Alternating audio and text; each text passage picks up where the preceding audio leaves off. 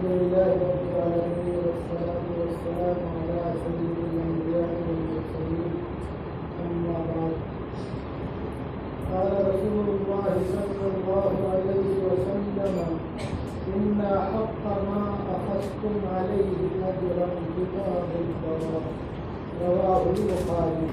حضرات محترم، بہت ہی خوشی اور مسرت کی بات ہے کہ تراویح اللہ تبارک و تعالیٰ نے پڑھنے کی سعادت عطا فرمائی اور بقیہ جو دن رہ گئے ہیں اس میں بھی پابندی کی توفیق عطا فرمائی.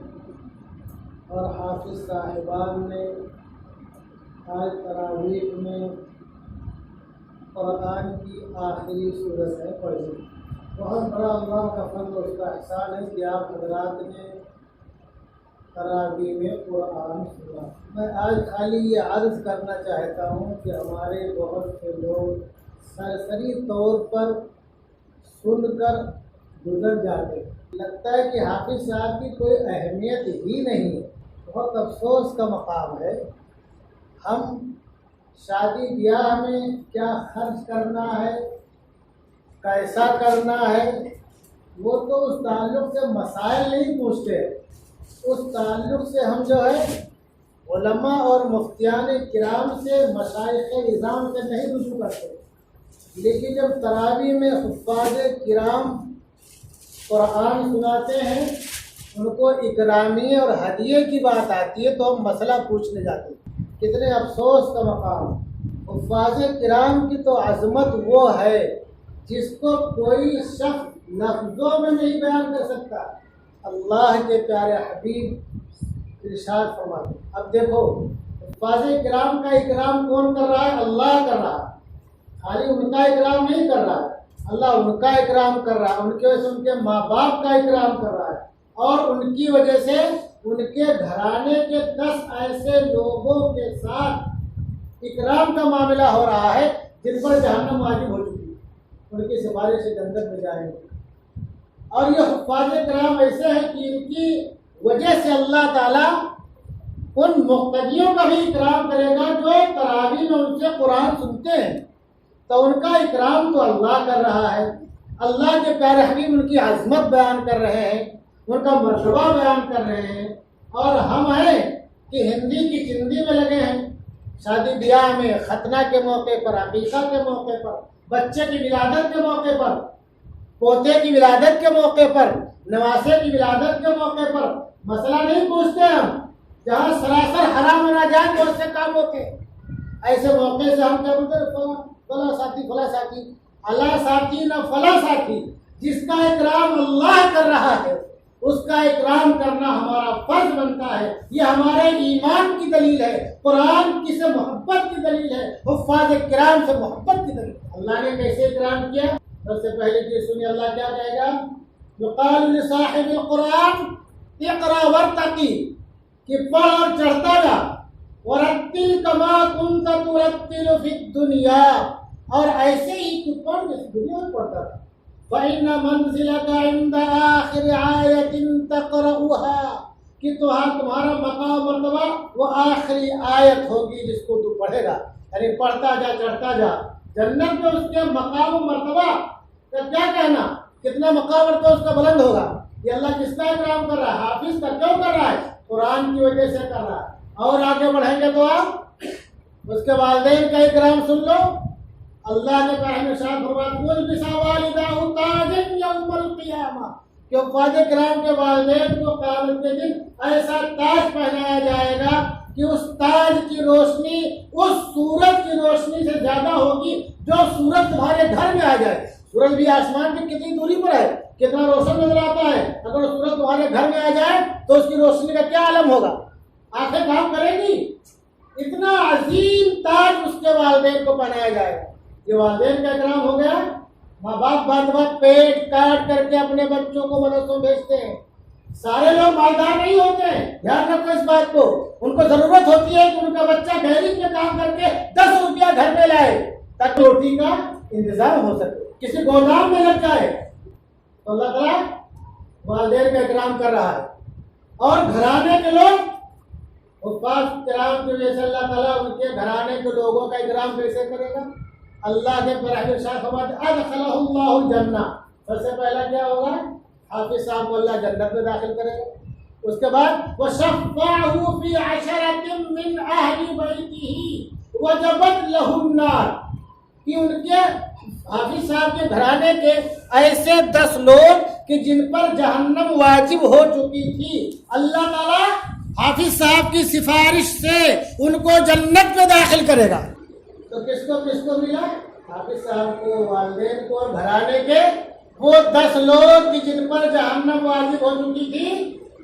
دخول جنت کا ٹکٹ کس سے مل رہا ہے؟ حافظ صاحب سے مل رہا ہے. اب آپ سوچو گے آپ کو کیا ملا؟ ارے بھائی آپ مدرسوں میں چندہ دیتے ہو، مدرسوں کا خیال رکھتے ہو، تو آپ سوچو گے آپ کو کیا ملا. اللہ کے طرف ارشاد فرماتے ہیں الصیام والقرآن یشفعان للعبد، کہ روزہ اور قرآن بندے کی سفارش کریں گے، بندے کی سفارش کریں گے. روزہ کیا کہے گا؟ یقول الصیام اے ربی انی منعتہ الطعام والشہوات بالنہار. روزہ کیا ہے؟ صبح سے شام تک کھانے پینے سے اور اپنی شہوت پوری کرنے سے رکے رہنا، جائز شہوت پوری کرنے سے، ناجائز سے تو ہمیشہ رکنے دیں گے. تو روزہ کیا کہ اللہ میں نے تو اسے دن بھر کھانے پینے سے اور خواہش پوری اور شہوت پوری کرنے سے روکے رکھا. فشفعنی فیہ، اللہ اس کے سلسلے میں میری سفارش قبول فرما. یہ سفارش قرآن پہ کہتے ہیں وَيَقُولُ الْقُرْآنُ اے ربی انی منعتہ النوم باللیل، اے اللہ میں نے اسے رات میں سونے سے روکے رکھا، سونے سے روکے رکھا.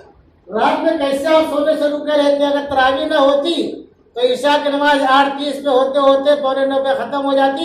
1 گھنٹہ کھانا، 1 گھنٹہ اور باقی کھانے پینے کا ہلکا پھلکا کر کے آپ سو جاتے. اب تراویح ہے تو 1.5-2 گھنٹہ چل رہا ہے سلسلہ. اور ہمارے بہت سے ضعیف لوگ جن کے ہڈیوں کے گردے سوکھ گئے وہ تراویح میں حاضر ہوتے ہیں. جوان لوگ تو آتے ہی الحمدللہ ماشاء اللہ، بہت سے بچے بھی آتے ہیں. تو قرآن کیا کہے گا؟ اے اللہ، اے میرے اللہ میں نے انہیں اسے رات میں سونے سے، انی منعتہ النوم باللیل، میں نے اسے رات میں سونے سے روکے رکھا. فشفعنی فیہ، تو اللہ میری سفارش اس کے حق میں قبول فرما. اب سوچو روزہ کس کی سفارش کرے؟ اس لیے نوجوانوں روزہ مت چھوڑو کبھی. بیماری آزاری الگ ہے. اب تم رکشہ چلا رہے ہو روزہ چھوڑ دیتے ہو یار. میں نے دیکھا بہت سے لوگوں کو. جہاں تک ہو سکے بغیر گزرے شرعی کے روزہ مت چھوڑو. اگر ایک روزہ چھوٹ گیا اللہ کے برابر ارشاد ہمارے جیسے روزہ چھوڑ دے گا کر کے تو زندگی بھر روزہ رکھے گا تو بھی اس کے برابر نہیں ہو پائے گا. اس لیے تھوڑا کام کم کر دو. ہاتھ گاڑی ڈھکیلنا ہے، کل 8 گھنٹہ ڈھکیلتے تھے، 2 گھنٹہ ڈھکیلو. رمضان میں تھوڑا کم کمائیں گے، اللہ اس کا بدل ہمیں دے گا انشاءاللہ. پریشانی ہمیشہ نہیں دیتی ہے. اللہ کب کروڑپتی بنا دے کہا جا سکتا ہے تمہاری نیکی کی وجہ سے، اور نہیں تو اللہ آخرت میں مزہ تو دے گا ہی. تو روزہ کہیں مت چھوڑو. تو روزہ سفارش کرے گا اور قرآن سفارش کرے گا. اس لیے نوجوانوں تراویح مت چھوڑو. ہمارے نوجوان بہت سے کیا کرتے ہیں، وہ باہر کھڑے رہیں گے، جب نوجوان رکو میں آ گئے تو بھاگ جاتے. پتہ نہیں تکبیر تحریمہ کہا بھی ایسے رکو میں چلیں گے. افسوس کا مقام ہے، ہم نہیں سمجھتے، نہیں جانتے کہ ایسا ہے. ہمارے بڑے بوڑھوں کو اپنے نوجوانوں کو بالکل پابندی کے ساتھ تراویح میں لانے کی کوشش کرنی چاہیے. اور بچوں کو لا، جو بچے سمجھدار ہیں ان کو مسجد میں لاؤ، جو نہ سمجھ ہے ان کو منع کرو. لیکن جو بمبو سمجھتا ہے پاکی ناپاکی اس کو مسجد میں لانے کی کوشش کرو. بچے کو ہلکا دنگا کر کے سمجھاؤ. اور یہی بچے کل کے قائد بنیں گے انشاءاللہ، مسجد کے کھوٹا بنیں گے انشاءاللہ. یہی کیونکہ عادت پڑے گی. وہ روزہ سفارش کرے گا اور قرآن سفارش کرے گا. اب بتاؤ روزہ قرآن جس کی سفارش کرے کیا اس کی سفارش رد ہو جائے گی؟ ہرگز نہیں رد ہوگی. اللہ کے پیارے حبیب صلی اللہ علیہ وسلم کے مبارک زبان سے کلمات طیبات نکل رہے ہیں. آپ کیا فرماتے ہیں؟ فَيُشَفَّعَانِ، تو اللہ تبارک و تعالیٰ ان دونوں کی سفارش قبول کر لے گا. تو حافظ صاحب کا اکرام اللہ کتنا کر رہا ہے، خود ان کو ان کا مرتبہ بلند کر رہا ہے. ان کی وجہ سے والدین کا مقام مرتبہ کتنا بلند ہو رہا ہے. ان کی وجہ سے ان کے گھرانے کے 10 وہ لوگ جن کو جہنم واجب تھی ان کا جنت میں داخلے کا ان کو ٹکٹ مل رہا ہے. اور ہم کو کیا مل رہا ہے؟ ہم تراویح میں قرآن سنتے ہیں تو قرآن ہمارا سفارشی بن رہا ہے. یہ حافظ صاحب نے آپ کے لیے قرآن کو سفارشی بنا دیا. مفت کے سفارش مفت آپ لوگ کو محنت کیا خیر رائے پڑھنا والے چٹائی تو حافظ صاحب نے گھسی ہے نا، وہ دال اور روٹی کہ جس میں دال ڈھونڈنا پڑتا ہے، بعض دفعہ دال کے دانے بھی ہے کہ نہیں وہ کھا کر کے پڑے ہوتا ہے، بعض دفعہ ایسا بھی ہوتا ہے چٹائی گھسی ہو کیسے کھائے کیسے مشقت سے رہے، رات دن ایک کر دیا پڑھ پڑھ کر کے کسی ڈنڈے کھائے ہوں گے، جان پھٹکار کھائی ہوگی، تو حافظ صاحب نے آپ کے لیے ایک سفارشی کھڑا کر دیا، وہ سفارشی کیا وہ قرآن ہے، کیا ہے وہ؟ تو اللہ تبارک و تعالیٰ حفاظ کرام کا اتنا اکرام کرتا ہے، اور ہمیں جب اکرام کی بات آتی ہے تو ہم کیل کال کرنے لگتے ہیں کہ فلاں یہ بولتا ہے، دھماکہ وہ بولتا ہے، تو وہ یہ بولتا ہے۔ ہدیہ اور اکرامیے سے آج تک کسی بھی عالم نے منع نہیں کیا ہے۔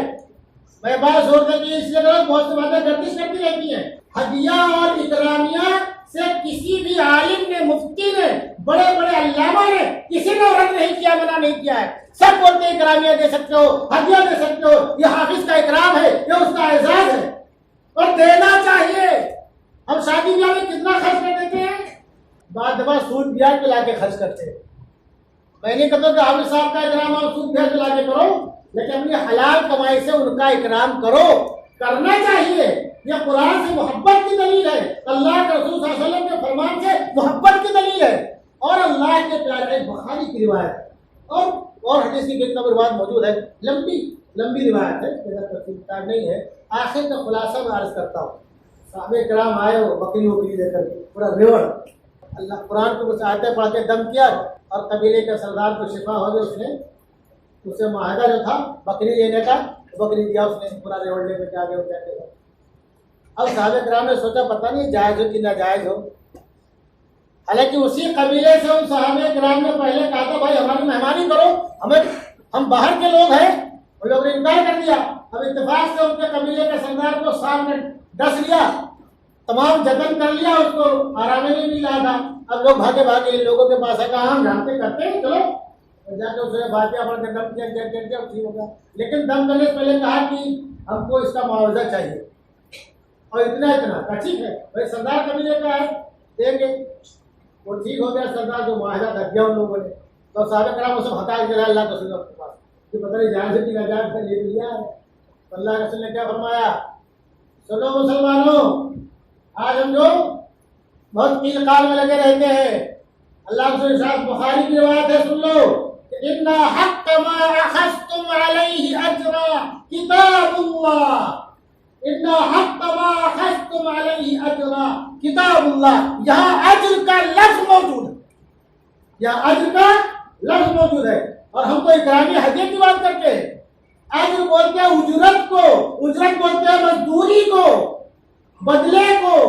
اللہ کے فرماتے ہیں کہ وہ چیزیں جس پر تم اجر لے سکتے ہو، سب سے زیادہ بہتر حقدار کیا ہے؟ اللہ کی کتاب، اللہ کی کتاب۔ تو آپ ہر طرح سے حفاظ کرام کا اکرام کر سکتے ہیں، ہر طرح سے کر سکتے ہیں، اس میں قیل قال کی پوچھتاچھ کی ضرورت ہی نہیں ہے۔ اللہ تبارک و تعالی ہم تمام لوگوں کو قرآن کی عظمت اور حفاظ کرام کی بڑائی سمجھنے والا بنائے، ان کی قدر و منزلت۔ یہ اتنے بابرکت لوگ ہیں، اس کو میں لفظوں میں نہیں بیان کر سکتا ہوں، ان کے تمہیں کن کو جنت ملے گی کوئی شمار نہیں کر سکتا۔